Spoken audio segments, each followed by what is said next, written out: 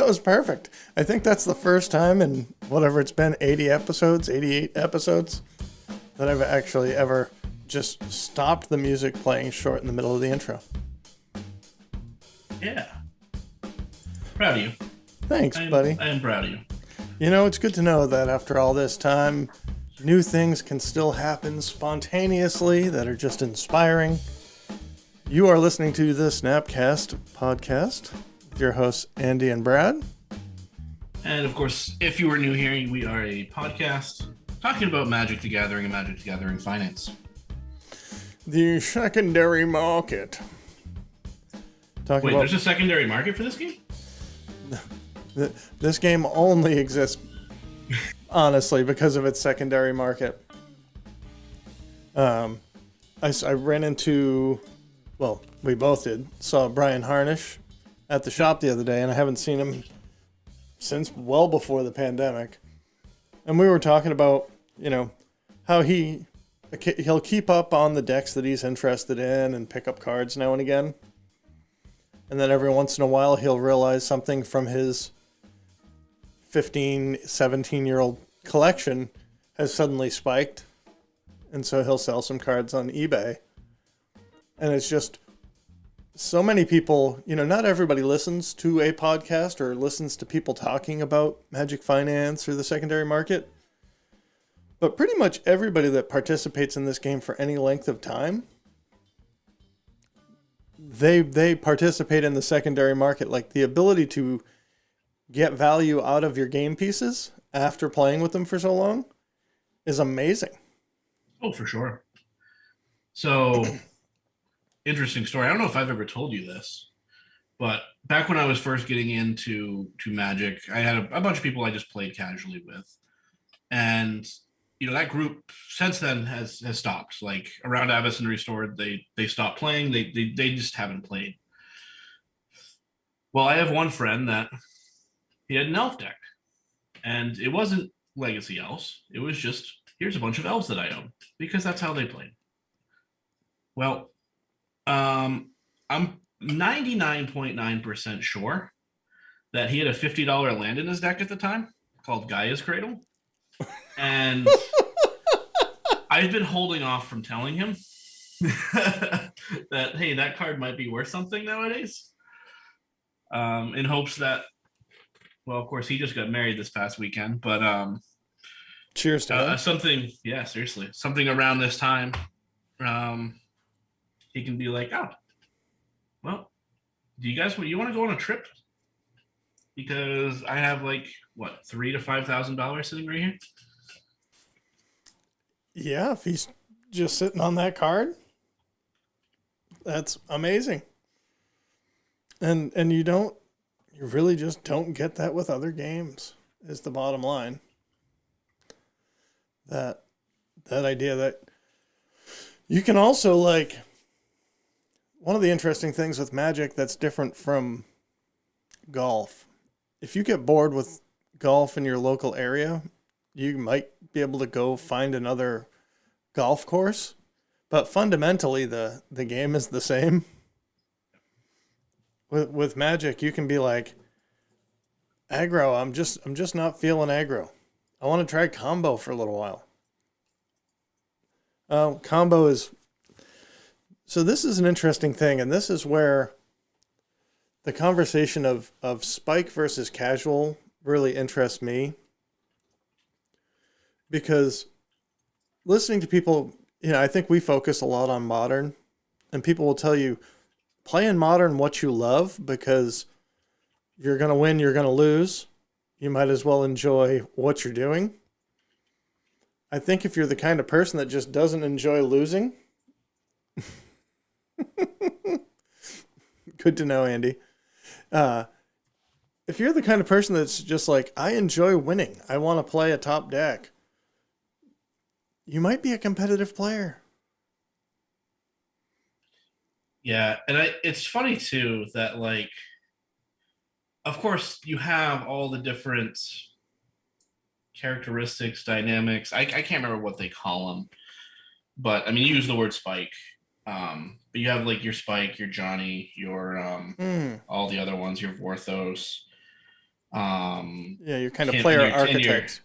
yeah, and your Timmy. Like it's interesting too because you get so many people that get so much different enjoyment out of this game in so many different ways. And I didn't really even realize how much of a Johnny I was until a couple months ago. And I always brew my own decks, and they're always like tier two, and like I'll go to FNM and I'll win half my games, and And that's pretty good. yeah, that's fine. But it was so funny because like a couple of my buddies, GB especially, was like the main pushing factor. GB is very much a spike, and he was like, I need you to look up a list and I need you to play the list because you're way too good of a player to like only winning half your games here in like a somewhat casual environment. And it was like, and like we were looking at a list, and I think part of it came from like me asking him for just input on the deck I was building, and he's just like, this deck just isn't very strong, like blah. And I realized like I have so much more fun brewing a list and testing it than I do winning. Like I like to win, but like for me, That's the not why you're playing the greatest game. thing, yeah, it's not. It's not at all. I mean, number one is because of the people, but number two is because I get to do these things and see like, okay, I can put this together and this will work and this will be great. And of course, not to just call out people, but one of our other buddies, Jonathan Stover, like he's that like 3 times me. Like he just talks about the most random cards all the time. Yeah. He's like, I'm gonna put these in the deck, and I'm like, that's not gonna work. He's like, I don't care, it's gonna be fun. I'm like, sure.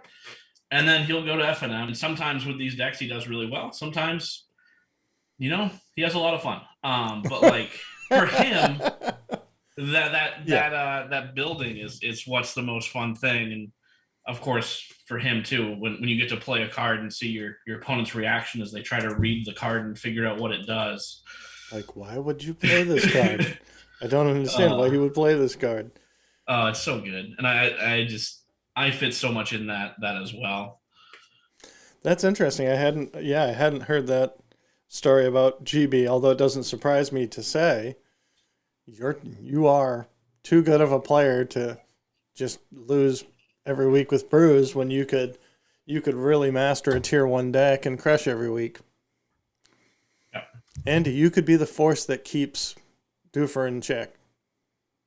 Well, it's funny. I mean, obviously, we're talking many years ago at this point, but like, I remember building Melirapod, the Birthing Pod deck. And I actually ran both Angel Pod and Melirapod. I ran both combos in the same list when I was running it, and obviously it was just FNL. Like we're not talking any big tournaments or anything, but I remember playing for a month and a half straight and never losing a match. Like the deck was just so good, and I enjoyed it because it was one of those like very complicated to play decks. But then it got banned, and I straight went to this Naya like Huntmaster of the Fells deck that was very not good, but like I had to build something that was just enjoyable. Yeah, something that was not just tromping over people. Well, it's not even that. Like, I don't mind tromping over people. I just like it's not that I want like because I do enjoy winning, but I want to enjoy winning playing a deck that like I built. I like for me, I enjoy the deck doing well and more than me doing well. So if I just took like I built Snow Control and like more recently before the Astrolabe ban. And like, yeah, I did very well with that deck. But like, I didn't feel good about playing it because I built it and then like all of a sudden it became an archetype. Like right after I built it, it got really popular. And I was a few cards off from the optimal, obviously, from my own brew, but even still, it was just like, oh, this just isn't fun because I'm just playing like this great deck. And it's very interesting because I get it from the sense that I like to brew, but brewing in paper is really hard, and brewing on Magic Online is really expensive. And I thought I would have fun with trying to brew things in Historic on Arena, but that's, I mean, in some ways more expensive than Moto. And when you come up with a brew, it's awesome when you can throw the cards together, and I've done this a few times on Arena, like, I have an idea about this card interaction. Like, hey, Steel Overseer will put counters on Esper Sentinel. That means the tax goes up on your opponent every turn. So is there an Esper Sentinel Emery Steel Overseer deck, and what can that do? And throwing those cards together and saying, I don't have the wild cards for this or that, so I'll just throw this in as filler, and then go and actually absolutely get smashed and killed and crushed game after game after game where my deck does absolutely nothing. Oh, so disheartening. And I'll say for Arena especially, the thing that's mostly disheartening for me is you do that and then you go, okay, well, that didn't work. Let me prove something else. Oh shit, I have no wild cards left. Yeah. Whereas like in paper, I can be like, well, I can potentially trade these cards. I can sell them back. Like I can do something with them. I have value here. Realistically, I'll wait a couple paychecks and try again because I just keep all the cards and I never trade. But like that is my own issue. That's my own toxic trait. But with Arena, you just, what am I gonna do? Throw in $100 and just crack packs? Like to spend wild cards on a brew idea? No. Oh my god, that you're never gonna get money back out of. No. And it's almost like we've come full circle back to, one of the better parts of this game, even if you include Moto, is that you can get your value back out of your cards. Yep. You may not sell them or trade them away, but if you want to be a brewer and pick up some cards and try an idea, excuse me. If you were brewing with expensive cards, the good news is, one, they're powerful cards. Chances are you might use them someplace else, or somebody else is probably going to want them if you brewed it and work out. Right. I'll tell you what. I gotta snap this up based on watching Aspiring Spike play Oswald Fiddlebender several times this week. Is it Oswald Fiddlebender? That's also a good one. And it hasn't gone up. Actually, strangely enough, it's a card that's been printed 1 billion times, but you've really never seen it played in Modern until I saw it played in this list. Okay. What is it called? It's called Swiftfoot Boots. That card's a commander only card, isn't it? It is not a commander only card, strangely enough. It might feel like a commander only card because you've probably only ever seen it in Commander. Why am I not getting the... I just looked this up a minute ago and I had the extended art. Yep. And now... Oh, that's why. Weird. Let me, I see what happened. So how much is like a Swiftfoot Boots? Like whatever one you're going to say to pick up. It's going to be pretty cheap, right? The regular Swiftfoot Boots are about $1.50. And they're like eternally $1.50 for...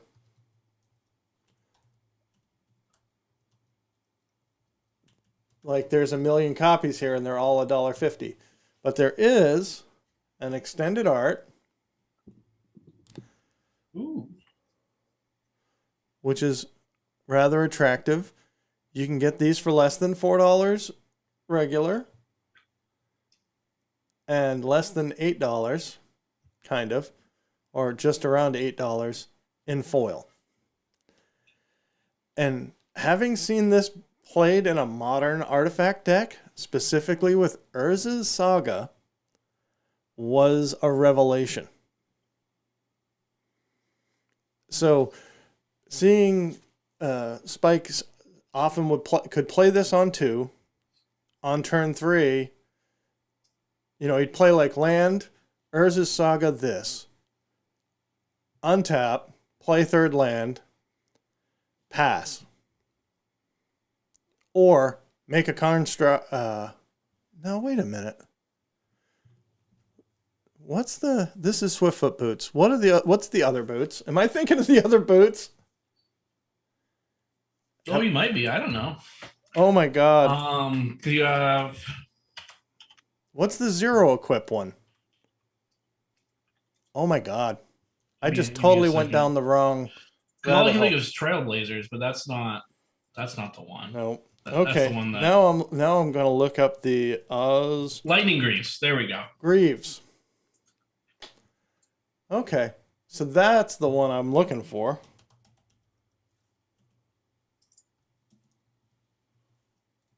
Which also comes in Boros. Thanks, Brad, by the way. Brad Eaton in chat. Jeez, man, that was rough. Now that had the 2X Masters full art foil. That one's a little pricier. But the nice thing about this with the zero equip cost is you can play this on 2 with your Urza's Saga on turn 3, make a token, give it haste. Untap on the next turn, make your start of the turn Urza's Saga token, move this over for 0 mana, and give your other Construct haste. Also, like we were talking before, I like the interaction of, oh crap, I drew a Stoneforge late in the game. Well, let me just play it, equip it, and then activate it. Yeah. Now these are closer to $6. And again, price basically across the board. $573, $577, $593, $570. There is a masterpiece. I'm not saying get the masterpiece. There is the Puppers version from the Secret Lair drop. Yep. That's adorable. Again, you probably have a playset of these if you've bought any Commander Precons, but I guess maybe this is foolish of me, and maybe this is a great learning opportunity for me live and on the air, is that just because I see a card in an interaction in Modern that really fires me up, doesn't mean that it's actually going to move monetarily, because even if every single Artifact player starts playing this card in Modern, there's so many copies of it out there. Yeah, so is there no, like, besides the really overpriced ones, is there no, like, special printings? There's no extended arts or anything like that?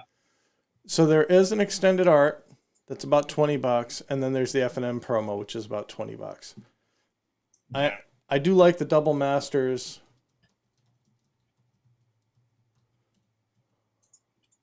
Because $20 might be a little bit high for me to say to buy into it, knowing that, of course, it's going to get more reprints. And if it's reprinted in a Commander set, you just the way Magic is working nowadays, you should be able to open an extended art version of it in a set booster. Yeah. That's so funny. I must have watched, I think Aspiring Spike put up like 4 videos of that Fiddlebender deck. Probably close to 4 hours of my life that I spent on YouTube watching him play that deck, watching that interaction with Lightning Greaves. And then, of course, I get here on a Wednesday night. I'm sipping Wild Turkey Rare Breed, 116 proof, talking to Andy, and I'm like, you know what we need? Swiftfoot boots. Well, tell you what, I'll give you one. Okay. I'll give you. I have 2 snap this up this week. I'm going to give you one of them. Oh, thank goodness. And this one is yours. Yours to keep. A real card? No. Well, it's a real card, but I'm not going to give you the real card. I'm just gonna let you use this as your pick this up this week. Okay. First, I'm gonna just type this in. So we're looking up something else at the same time because multitasking. Yep, that one's not gonna work. So the one I will give you is the cheaper one. Is a very new card from a very underperforming set.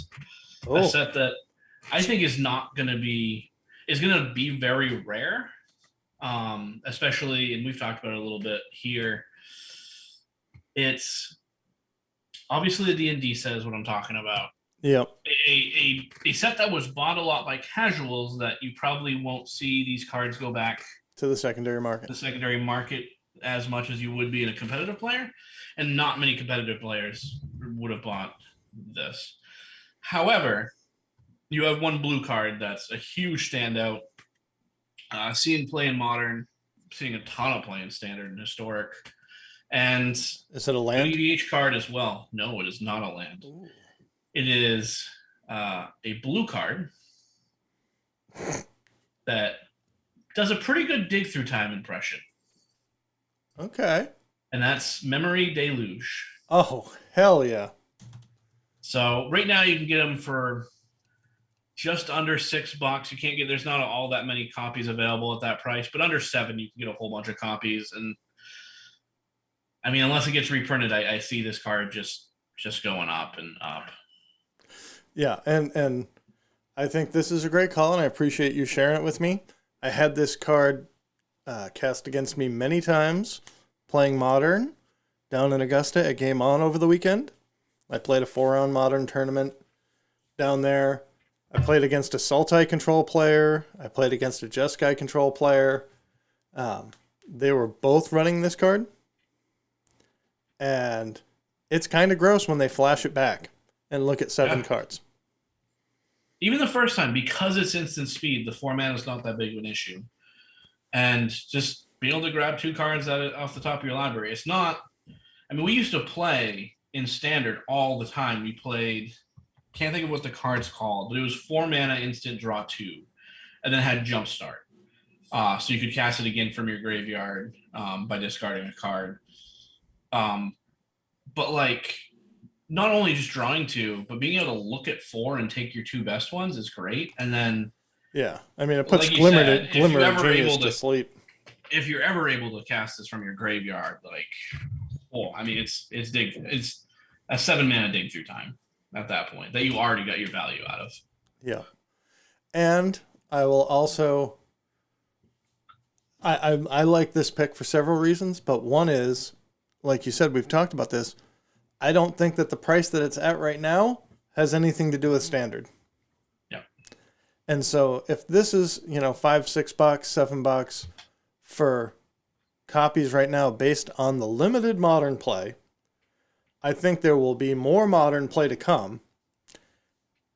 And this card is going to be in standard for 2 years. If it ever hits in standard, you're way out of the park.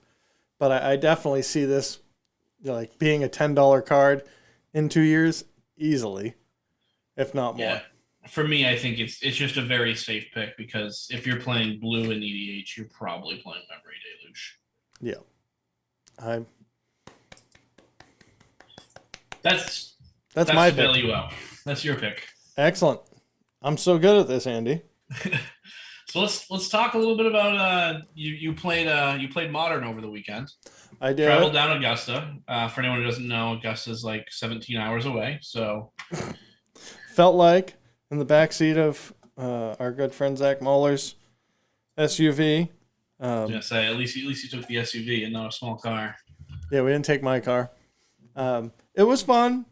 I played against a Sultai control deck in round 1. I was playing Pure Steel Paladin Hammer Time. Basically mono white with some Horizon lands to enable a Prismatic Vista and to draw some cards. Nothing fancy.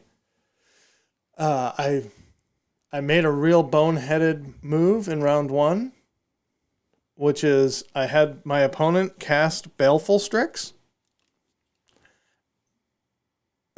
And I said, Oh no, I know sir, what you're gonna do. I don't believe this is modern legal. To which my opponent said, I assure you it is. It was reprinted in blah, blah, blah into modern.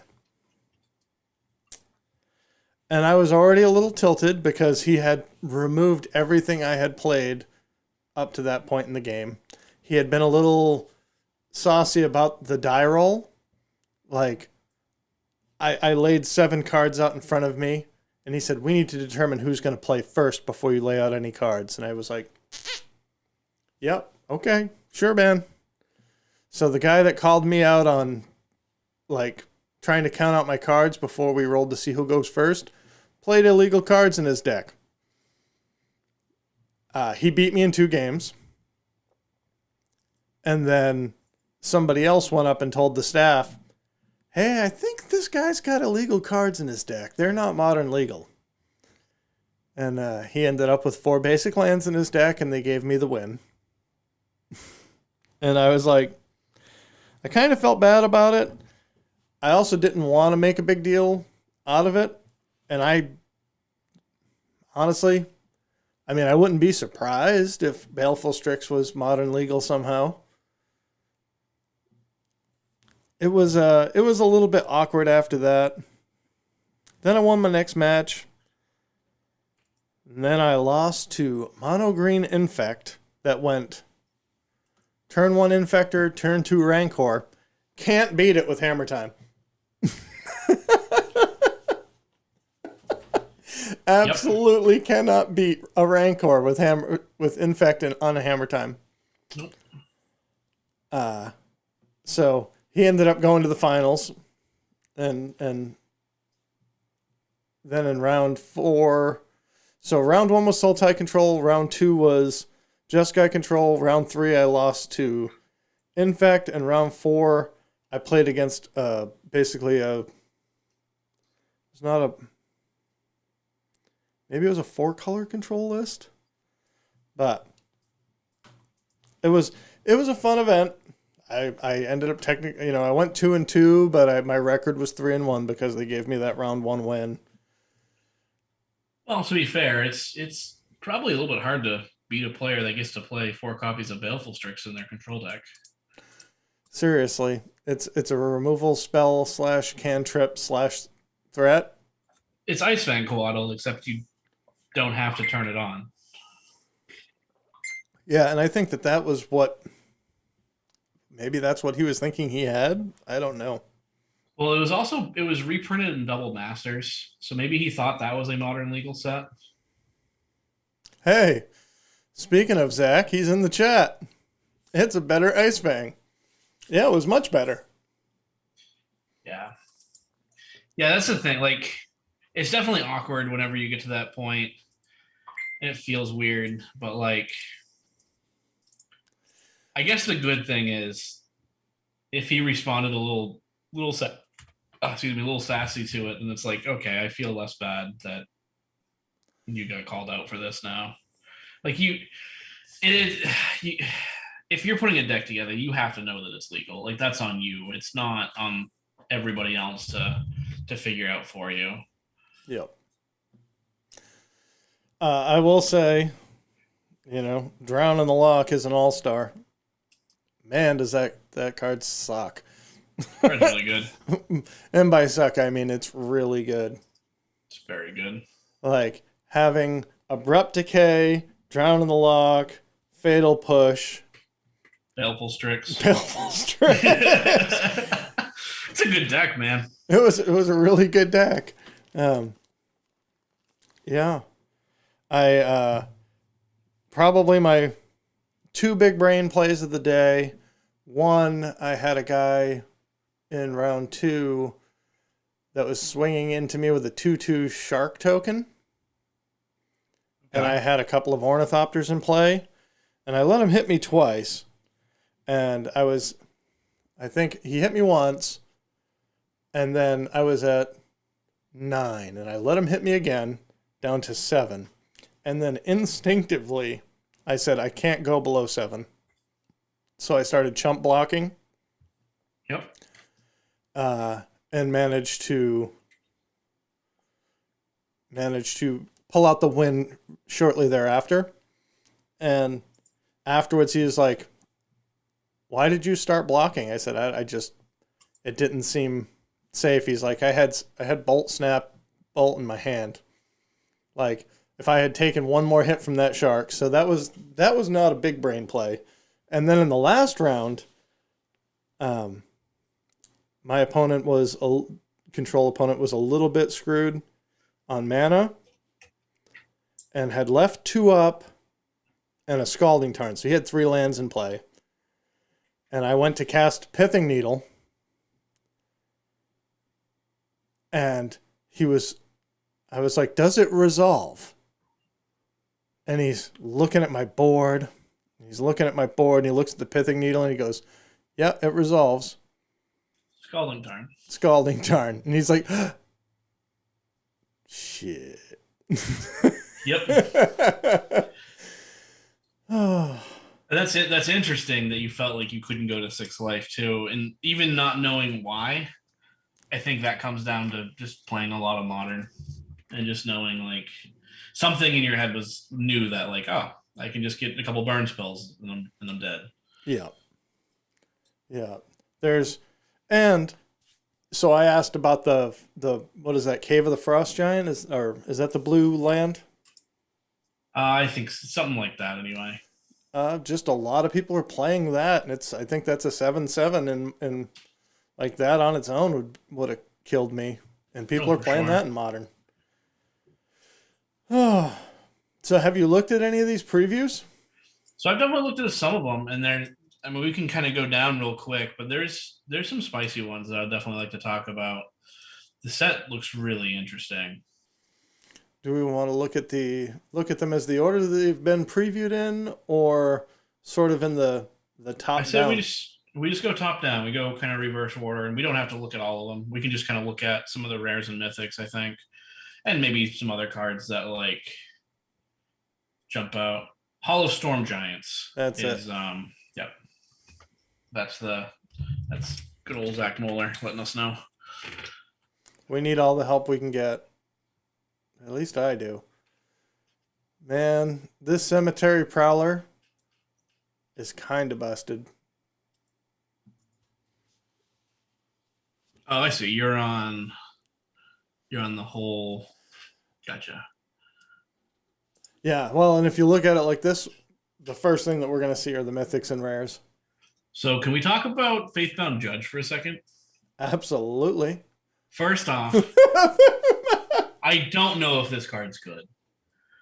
Second off, this is the most flavorful card, and like the Judge Discord is going crazy about it because it's just fucking great.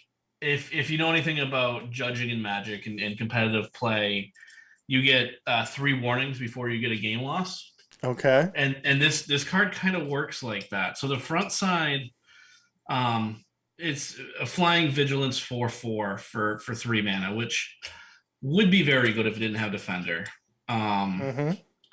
Now, essentially, you get 3 warnings because you get 3 turns as it puts judgment counters on it.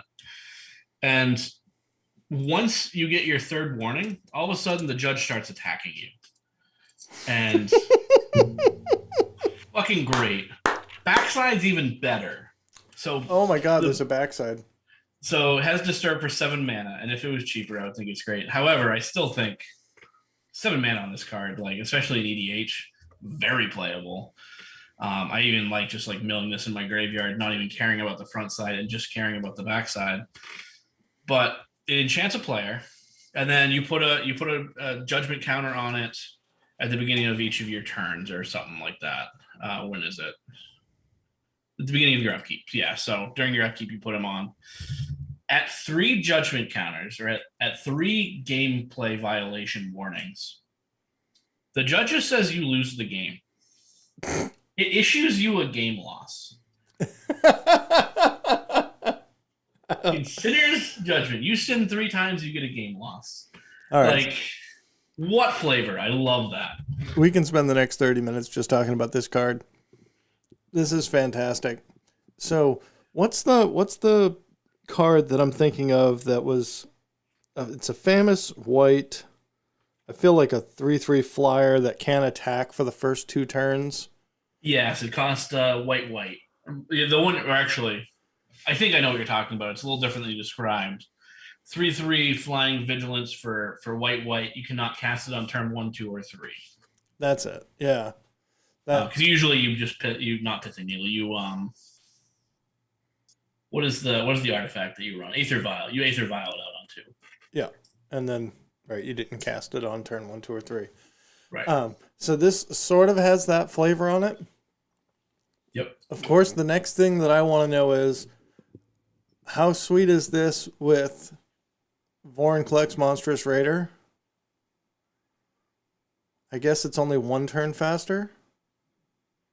Yeah, that's all it would be. The other thing is something like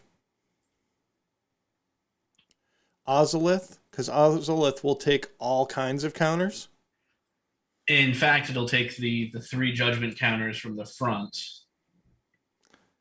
when it dies, and then it'll put it on the back. Actually, does Ozolith say creature? It does, yeah. Oh, okay. So you can't put them on the back, but you play your first one of these and they manage to kill it, and those counters go on the Ozolith, and then you play your next one and you just put the 3 counters on it. Yeah. That could be good. I mean, I'm mostly interested in the backside anyway. You're mostly interested in the flavor and saying you lose. Sir, I have to issue you a game loss. Oh, good. That is really flavorful. That feels mythic, and it's a 3-drop on the front. That's exceptional. That card's crazy. What other things do we have? Cemetery Prowler. Cemetery Protector? Nope. Oh. Cemetery Prowler. Oh. That was the one that I was talking about, the green one, yeah. Yep. Card's really good. 3 mana, 3/4. Exiles cards from graveyards. Another one that people are going crazy in the Judge Discord. The last ability on it is really confusing for new players. Of course, Brad Eaton is talking about Wash Away. We'll come to Wash Away in a second. Go ahead. We'll definitely talk about that. So one of the things that you and I even talked about just before the cast was how many cards Wizards is printing right now that just have incidental graveyard hate. Because this says when it enters the battlefield or attacks, exile a card from a graveyard. So if your opponent is playing the Judge that we just looked at, and you're afraid of them disturbing it, you play your Cemetery Prowler, you exile that card from a graveyard, and then as long as this is in play, creature spells you cast cost 1 less to cast. I'm going to stop you for a second. Yep. It doesn't say creature spells. Wait, spells you cast? But they have to share... They have to share the card type. That's the really confusing part. But yeah, right. But it does trigger on all your spells. Okay, so it triggers on all your spells, but it's not going to be cheaper. If you exile an instant, then your instants are cheaper. Right. If you exile a sorcery, your sorceries are cheaper. If you exile Solemn Simulacrum, your artifacts and your creatures are cheaper. Now that's clever. So if you cast a second Solemn Simulacrum, it only costs you 2 mana. I don't get that one. Solemn Simulacrum is an artifact and a creature. Oh, so if you exile, right? Yeah. Okay, so if you exile a Solemn, your next Solemn costs 2. Yes, that makes total sense. And I did understand that it was shared the card type. I was specifically using the example of the Judge. In the graveyard, it's not going to see the enchantment side on that, so it's just creature, right? Right. Yeah. So, but the artifact creature or enchantment creatures that might be in a graveyard, making your enchantment creatures 2 less is pretty wild. Yeah, even just 1 less for everything is pretty good, and that's just wild. After a couple attacks, like it's because you're probably going to hit a creature first if you're a creature-centric deck, and then you can hit the instant or the sorcery, and now all of a sudden your removal is cheaper. Like it's how does this do on the vanilla test? I mean, it beats it. How does this do on the French vanilla test? Yeah, that's not too bad. You got vigilance. A 3/4 vigilant for 3? Now, I would say endurance also has flash, but all these other like the incidental graveyard hate is huge, and then there's additional upside on top of that. You're definitely not playing it for the additional upside, but I think you are playing it for the graveyard hate. Um, I think you had mentioned Cemetery Protector to me, which is interesting. Now I wonder if there's a theme. Cemetery Prowler exiles a card. Cemetery Protector also exiles a card when it enters the battlefield. I didn't even know that was a card. You didn't know that Cemetery Protector was a card? Nope, I see it now, but I had no idea. How about a 3/4 with Flash for 4? Okay. I don't know. Is this any good? When Cemetery Protector enters the battlefield, exile a card from a graveyard. Okay. Whenever you play a land or cast a spell, if it shares a card type with the exiled card, create a 1/1 white human creature token. Yeah, that's dope. Especially with flash too. 3/4 bodies with flash are insane. So they usually are also a removal spell. And then it obviously doesn't trigger on attack. It's only gonna exile one card unless you have something like Panharmonicon, but like it also triggering on whenever you play a land. Now it's not when a land comes into play, you can't do fetch land shenanigans, but Yeah. still every time you play a land, you get a 1/1. That's not bad. If it shares a card type. So if you exile a land. Well, it's no. Whenever you play a land or cast a spell, if it shares a card type. Yeah, there's a comma there. Yeah, so yeah, no, never mind. You're right. I got one! Huzzah! I did not read the comma. I thought it triggered off both. So that's a lot worse than I thought it was, but it's still good. And it's still good. Because if you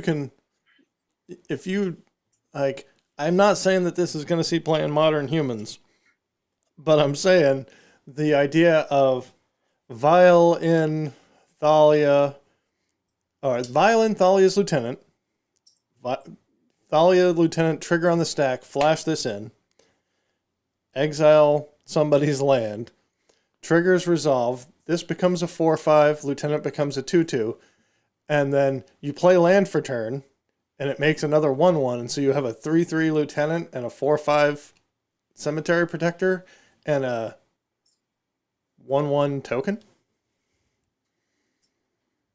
That's pretty good. Bad. That's pretty good.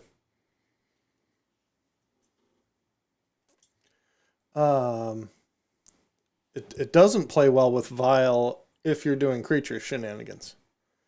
That's interesting because it's play, it's not ETB. Well, I like that, and I also thought it was really worth noting the incidental graveyard hate. Oh, for sure. What's another one you want to talk about? Well, we can go to Wipe Away for sure, or Wish Away, I guess. Wash Away, whatever it's called. Wash Away. It's a blue uncommon. Boom. This is something that was just spoiled today. And this is another one with cleave. Yes. While I don't like the cleave mechanic, we also don't need to get into the topic about the professor's video of everything is just kicker. Hilarious video. Just go watch that yourself.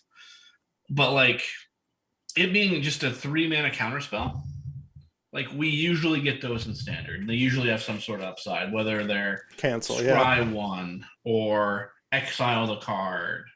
Like you get all that. Now, the way I would look at this card is still being a 3-mana counterspell. However, it costs 2 less if that card wasn't cast from their owner's hands. So Brad talking about Commander Playgroup. Obviously, so this mean. counters commanders. So mean. Counters anything with flashback. Counters anything with jumpstart. Anything you're casting from your graveyard at all. It can't, like in Modern specifically, it counters rhinos. It can't, like all of your cascaded into your cascade into your suspend cards. It like Glimpse of Tomorrow, cascading footfalls, like it's lots pretty good, man. It's pretty good against shenanigans. Not literally the card shenanigans, unless you're flashing it back. No, that's not how it works. But when people are up to no good, and just the idea that this snags a commander in EDH for 1 blue is gross. That's so funny. It's so gross. Oh. So how about Manaform Hellkite? I'll let you Oh. take this one. Oh, well, this isn't the one that I would have picked. You're picking cards for me now? I already had to earlier. I So if you want to pick say, your own card, feel free. But my cards suck. Manaform Hellkite. The 2 red dragon. Top. Yes. A 4/4 for 4 flyer. That's pretty good. That's a typical dragon. Oof. Whenever you cast a non-creature spell, create an XX red dragon illusion token with flying and haste, where X is the amount of mana spent to cast that. Exile the token at the beginning of the next end step. I don't love that last clause, but I get it.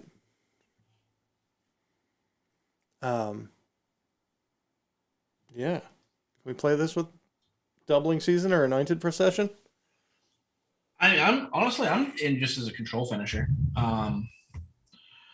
Like, it's just a 4/4 flyer on its own is very good. Yes, obviously you can just cast things like opt or consider on your own turn to make a 1/1 and swing. Or block. Or block if you do it on your opponent's turn. Yeah. Playing things like Teferi. 3-mana Teferi, make a 3/3 bounce your thing, draw a card. Swing, kill your planeswalker or whatever. Like, there's just a lot of value here. Now, I'm not sure how much play it'll see, just because it doesn't do anything the turn it comes out. And you have at to have 5 a bunch mana, of you mana. need that. At 4 mana, you almost need that nowadays. Yeah. But if you ever untap with this card, yeah, good. I'm trying to think. What was the blue Kaladesh card that made the tokens that were the CMC of the spell that you cast? Metallic Summoning? Metallic, yeah. It wasn't summoning, but it was something like that. It was definitely metallic. Started with an S. That was an awesome finisher, and that was a little harder to deal with in that it was an enchantment. But these creating tokens that have haste is pretty awesome. Just for the record, playing your Anointed Procession will trigger this to make a big token. I also like, what was the card I gave you? Deluge, something Deluge. I don't remember what it's called. Memory Deluge? Memory Deluge. First Make time a you cast 4/4. that, you get a 4/4. Second time you get a 7/7, because it's not equal to the CMC. It's equal to the amount of mana you spend to cast it. Oh my goodness! So you even do get that additional value, and you're casting those spells usually on your opponent's end step, so it's not going to exile itself until your end step. Yeah. So you get to still untap and still have it. Now, in that scenario, that's a busted finisher. Now, I'm just remembering now that the thing that made the second deck that I played against on Saturday unique was that it was a Wilderness Wreck deck. Which, thinking about this in that kind of a deck, that's gross. That's gross. If you can drop this and then untap all your lands instantly. Yeah. Ugh. Drop this, untap your lands, make a huge token on their end step, untap, make another huge token, like actually play Shark Typhoon, the enchantment. Yep. And you're swinging for 10 plus whatever you did on the end step. Oh. I like Manaform Hellkite, and I actually like the tie-in with the name. Yep. Manaform. So the one that I was gonna pick, and I'm gonna jump onto this one, is Mirror Hall Mimic. This starts to look like your traditional clone, in that for 3 and a blue, Mirror Hall Mimic is a creature spirit. It can enter the battlefield as a copy of any creature on the battlefield, except it's a spirit in addition to its other types. Okay. again, in my Vial Smasher deck with, oh my god, why can I not think of the cloner? Anyway, Sakashima, yeah. Vial Smasher Sakashima. I run a ton of these 4-mana mimics, and the ones that can copy creatures, anybody's creatures, really are the better version. In addition to that, this has Disturb, and if you disturb it for 5 mana, which is not bad at all, it comes back as an enchantment that is basically an enchantment Helm of the Host. But at the beginning of your upkeep, you create a token that's a copy of enchanted creature, except it's a spirit in addition to its other types. That's a lot of value. That is. That's a lot of value. If you're playing this in EDH in a deck that's full of mimics and clones, and then you bring it back and you clone something else that's a clone.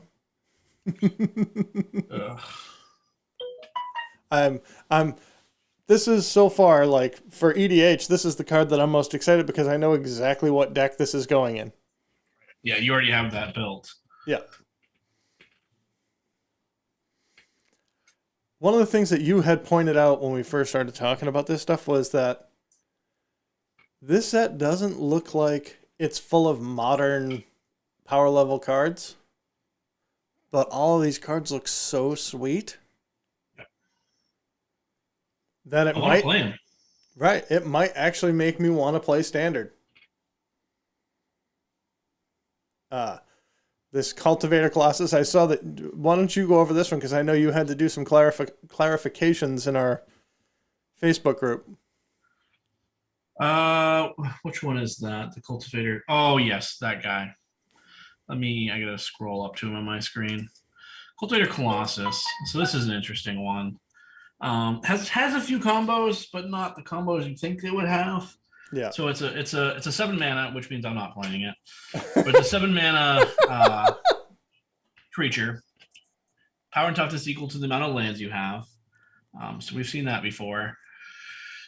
When it enters the battlefield, you get to put a land from your hand into the battlefield tapped. Now, if you don't have a land to do, the rest of it doesn't happen. If you do, then you get to draw a card and repeat.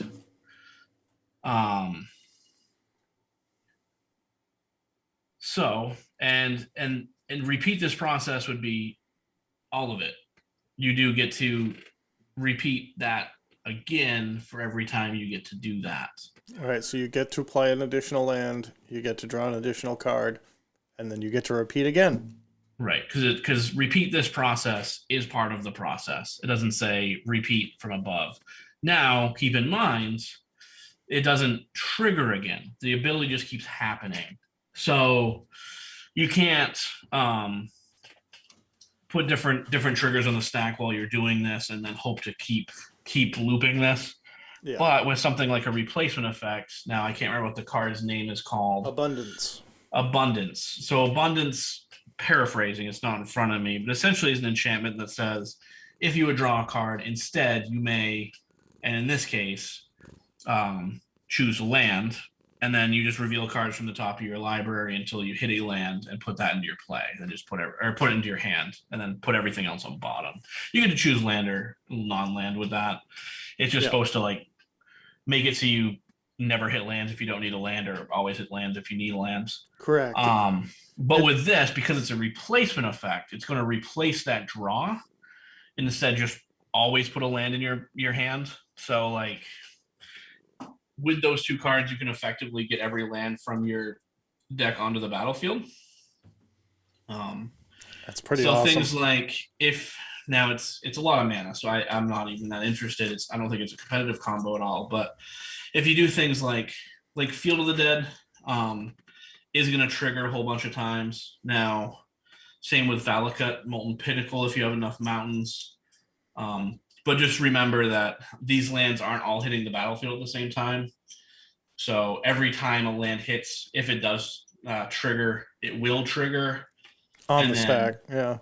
Well, you don't even put it on the stack technically, but it will trigger that one time, and then you put them all on the stack once this is done resolving.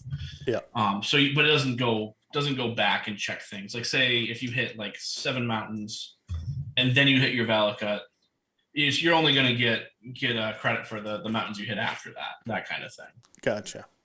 Yeah, it doesn't. So I see what you mean by it's not using the stack, and that it's not going to reverse order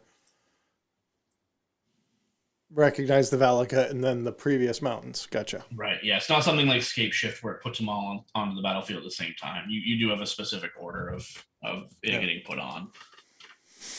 See, I don't think of myself as a Timmy, but I do look at this and I go, does this go in my Vorinclex deck?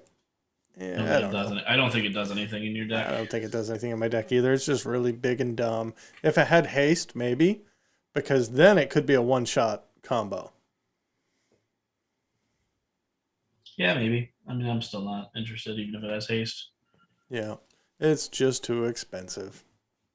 But it is interesting, and I wanted you to talk about it because I did like your explanation on the rules interaction with that.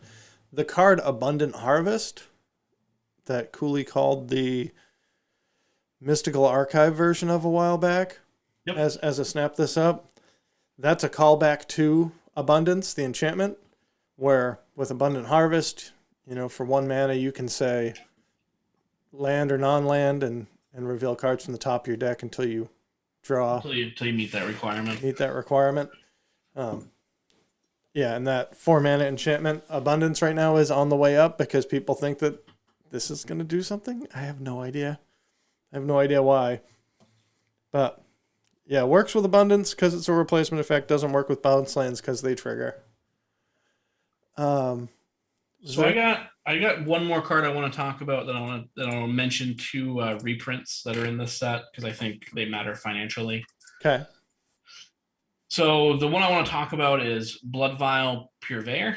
It's a black card, black rare. It's a 4 mana 5/6 flying trampler. It's almost similar to Desecration Demon. I think it'll play similar to Desecration Demon, where you kind of give your opponent. Desecration Demon gives your opponent a choice. This one doesn't really give them a choice, but it just kind of taxes them. It has what you would call a quote unquote downside. So the card text, and I'm gonna stress this. The card text reads: whenever an opponent casts a spell, they get a blood token. Now, a blood token is like a clue, but it just loots instead of just a straight draw. It draws and then discards. Whenever this creature attacks, rummages. Oh, does it rummage? Does it discard first? Yep. Okay. Yep.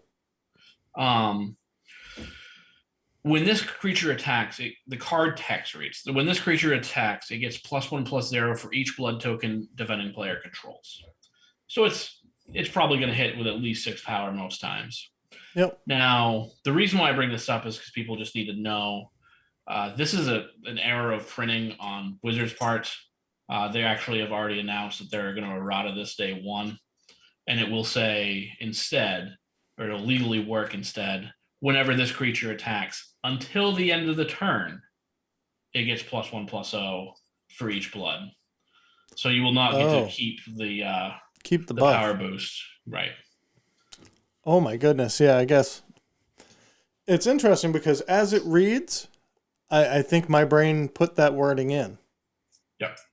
And I think a lot of people did because you're just used to that wording. There's very few cards that don't say until end of turn. Yeah. With effects like this, especially power boosts, power toughness boosts. But yeah, they forgot to put it in, which would have made this card work a lot differently. I'm actually a little bit surprised that they're even going to errata it because I don't think this card would have been broken without that. But just know you will not keep the boost like the card says you will. Right. And in modern templating, I think if they really wanted to push this, they would have said, it gets a +1/+0 counter for each blood token defending player controls. Oh, we used to use +1/+0 counters, and I know. Gross. I'm not saying anybody wants to do that. Gross. So, Good to know. The other two things, just be aware: Thalia, Guardian of Thraben, and Hero's Downfall are both getting reprinted. oh, I didn't know Hero's Downfall was. That's cool. Interesting thing with Hero's Downfall is it's getting reprinted as a uncommon, which I think is more in line with the power level today. I think Oh, it yeah. really does belong to be an uncommon. But know that the price of all your Hero's Downfalls are going to plummet, and if you ever want to buy more, they will be very cheap now. Yeah, I mean,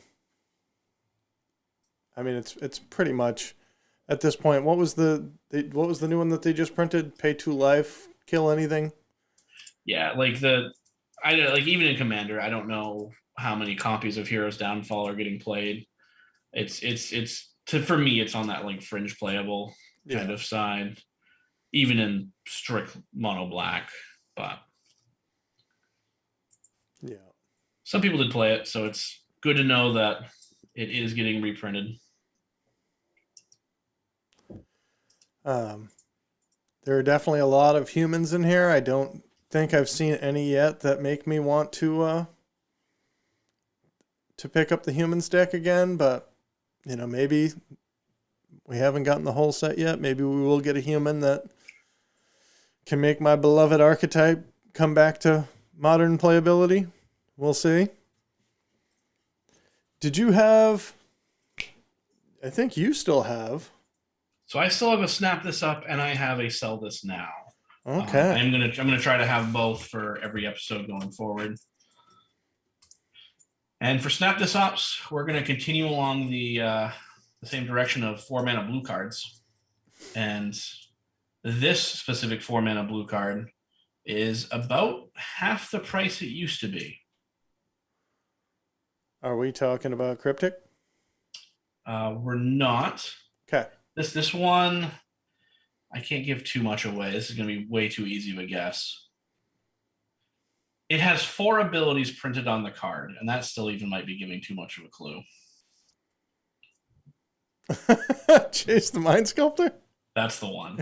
So you can pick up Jace the Mind Sculptor. Even the world weight copies, you can get them for $51, $52, 55 in pretty decent condition. So, like, I mean, I already gave you there was a 4 mana blue card. I couldn't tell you it was a Planeswalker. I couldn't tell you there was a Jace. Like, I don't know. I couldn't give you a clue there. I couldn't even told you it was a rare or it was printed in world weight, like a mythic. But yeah, like Jace, it's absolutely not as strong as it used to be, and I'll 100% admit that. But it's also one of the most iconic, and probably is the most iconic Magic card outside of the Power 9. It's Magic's most iconic character. It's the strongest one of him ever. And I mean, this used to be $100 card. Now it being as low as $55. The version you have there in Double Masters, you can get a near mint copy for $60. Like, that just feels really cheap. It does, and I'm trying to think now.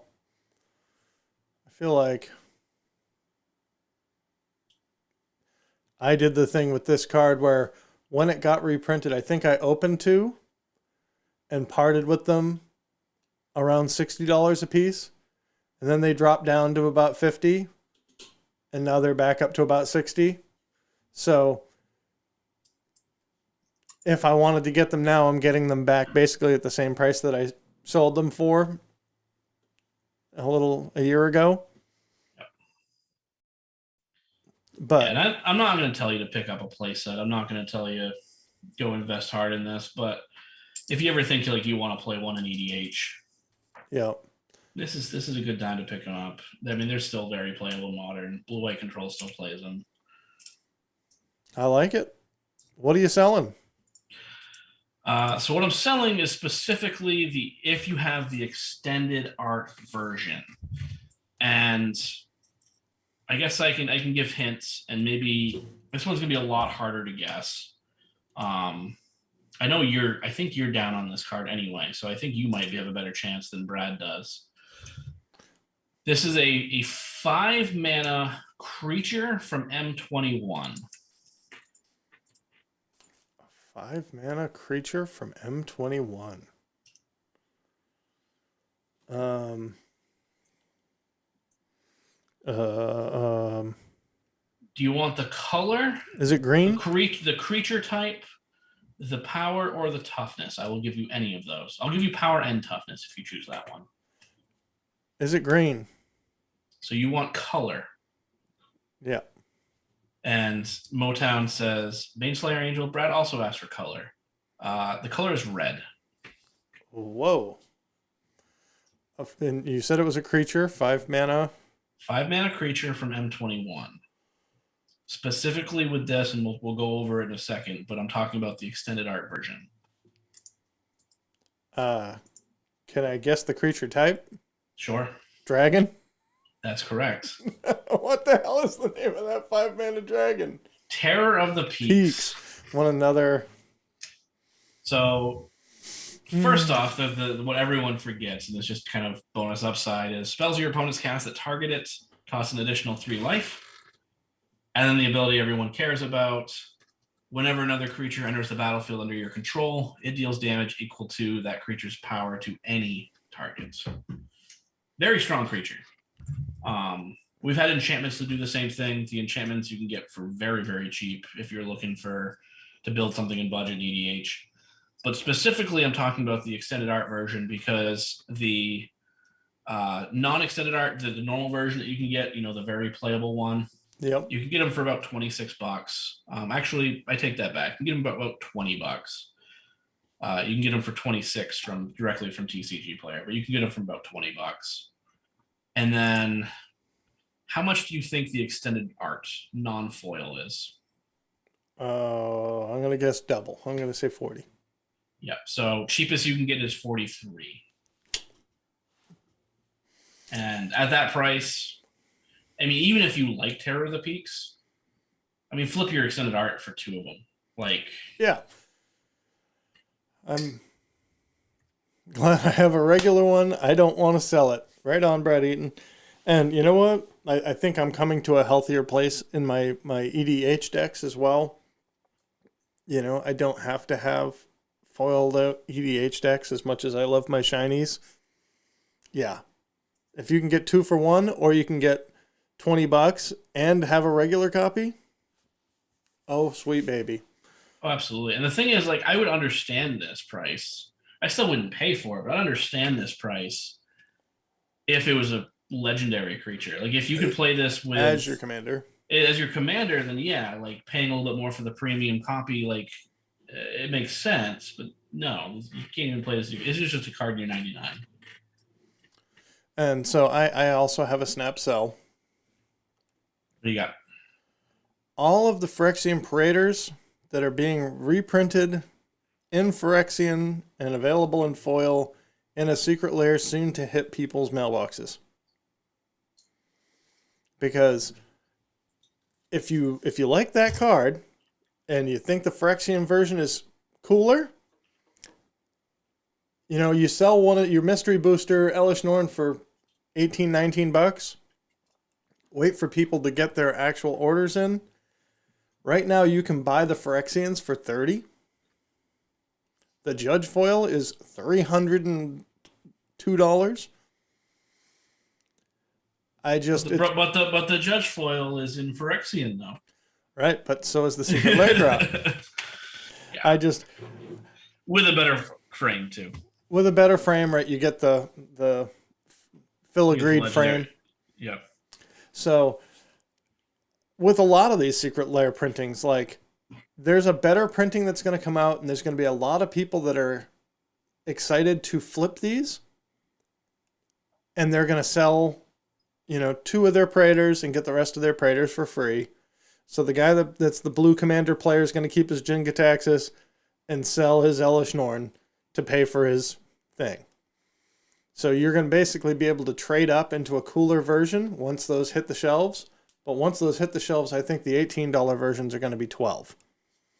So you're going to lose a third of your value as soon as people start getting those shipments in. I agree. This is one of the ones that made me the most sad. Now I don't own the Judge foil Elish Norn. I was not a judge at that time. But actually I might have been. but I didn't go to any conferences. I didn't get the copy. But like for the people that do own it, and I don't think that price is going to change too much, but it's just like, oh, this exclusive card I had, that's gone now. Everyone can have it. It's kind of sad for those people. Yeah. They're getting the rest of it in Phyrexian. I was like, that's dope. That's dope. I think that there's probably still sufficient exclusivity in the fact that if you have the modern frame one with the legendary filigreed border, you know, people know that that's a secret lair drop. Anybody that had the money could order those at the time that they sold them. But if you have the square border foil Phyrexian Hellish Norn, that still, I'm certain, is going to hold. That will hold its price, but all the other versions of the card are going to tank. No, and I don't think, I'm not even talking from a price version. It was just like the coolness. This was, it was the coolest Judge promo of all time, in my opinion, because it was the only one in a different language, in a non-real language. Oh, man. I'll tell you what, we were starting off unsure about what to talk about today, and I thought we had a great conversation. I appreciate you bailing me out with the memory deluge. Hey, I got you. I always have an extra one in my back pocket just in case you need it. I mean, I have tons of cards in my back pocket, but they get bent that way sometimes. Well, you like foils, so I guess your cards are bent anyway. Got him. Got him. Speaking of which, I cracked one pack at the shop last night. I think you were there. And I got this nice shiny Tarn. And I'm like, but it's not full art. It's not old, it's not old bordered. And it has a line, like a print line through it. And it's just so funny to think Brad from 10 years ago would have looked at this foil Scalding Tarn and been like, this is the coolest thing ever. Yeah. And now I'm like, it's a little off center. It's not old border. It's not full art. It's not full art. Tell you what, the last card I opened, I was playing EDH and I played the black spell that lets you open up a booster pack and put all the creatures into play. And I opened up a Solitude, and at the time I was like, oh yeah, Solitude's fine. Now you can't get them for under like $50, and like the average price is $55, and I'm like, that was a nice open. I'm happy about that. That's pretty good. I'm sure Motown in the chat he's looking to pick up a couple actually off of me. I've got them right here, Zach, and I'm sure he's not exactly excited about the fact that the price on that is going up a little bit every day right now. It's stupid, but yeah. I will look forward to having a snap this up and a snap sell for everybody next week. And maybe we will cast 2 weeks in a row. Sound good? Sounds good to me. Everyone else, thanks for watching. Remember to give it a like or a dislike. If you hate my stupid face, give me a dislike. And also comment about it in the comment section. Anything for the algorithm helps. And other than that, we'll see you soon. Peace out, homies.